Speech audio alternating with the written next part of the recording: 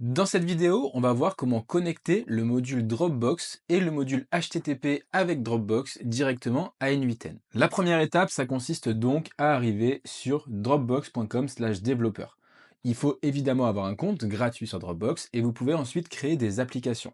Donc on va cliquer sur créer des applications et ici vous pouvez choisir Scope Access. Donc on marque New, on marque que c'est full Dropbox, que ça a accès à toute la Dropbox et ici on va marquer par exemple test YouTube. Donc on va créer l'application directement. Une fois que vous avez créé l'application, vous devez simplement configurer deux trois choses. Donc la première chose qu'on va penser, c'est qu'il faut générer un access token. Sauf que l'access token ne sera pas bon parce que ça va vous donner simplement un accès provisoire pendant quelques heures. Nous, ce qu'on veut, c'est créer la connexion au hot. Donc personnellement, j'ai hébergé N8N sur Hostinger. J'ai d'ailleurs fait une autre vidéo sur le sujet si vous voulez voir comment faire pour installer N8N sur Hostinger. Et là, vous avez simplement à ajouter cette URL de redirection. Une fois que vous avez ajouté l'URL de redirection, vous pouvez regarder la clé API et la clé secrète. Donc, OK. On a également les scopes à cocher. Donc, vous pouvez cocher tous les scopes ici. Malheureusement, N8N ne prendra pas tout en compte. C'est pour ça qu'on aura une petite manip supplémentaire à faire. Ça sert à rien de cocher ce qu'il y a en dessous. On a juste à connecter le profil, OpenID, etc. Et tout ce qui est TeamScope, on ne le coche pas. Désormais, vous retournez dans N8N. Ici, vous allez cliquer sur, comme d'habitude, Create Credential. Et là, on va chercher Dropbox, non pas API, mais OAuth. Donc on va marquer continue.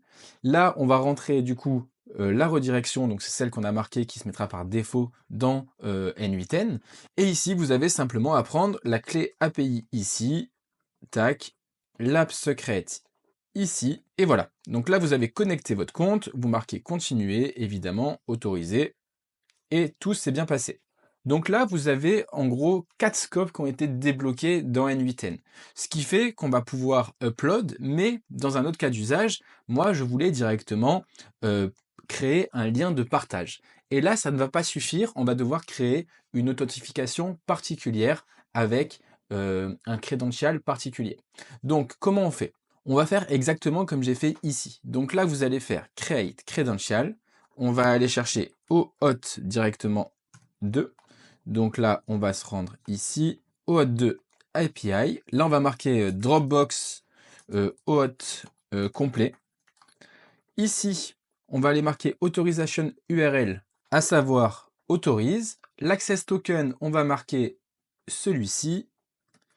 Pour le client ID, on va refaire comme tout à l'heure. Donc on retourne ici chercher notre client ID, client secret. Donc ça, tout pareil. Au niveau du scope, on va mettre tous les scopes dont on a besoin, donc pour lire, pour pouvoir écrire, pour pouvoir partager, etc. Donc tout ça, je le mettrai dans la description, vous aurez simplement à le copier-coller. Ici, on va marquer que ça n'expire pas, et ensuite on va pouvoir laisser l'authentification en header. Une fois que vous avez fait ça, vous avez simplement à connecter, donc ça va le connecter une nouvelle fois, vous faites continuer, autoriser, et là c'est bon, c'est connecté. Ce qui fait que vous allez pouvoir après, dans un module HTTP, directement faire en méthode POST pour créer un lien de partage. Vous aurez simplement à choisir ici, à la place de prédéfini, on choisit générique credential. On va pouvoir choisir OAuth 2 et là on va choisir celui qu'on veut. Ensuite, vous aurez simplement à mettre le body que vous voulez, etc. en fonction de ce que vous voulez faire.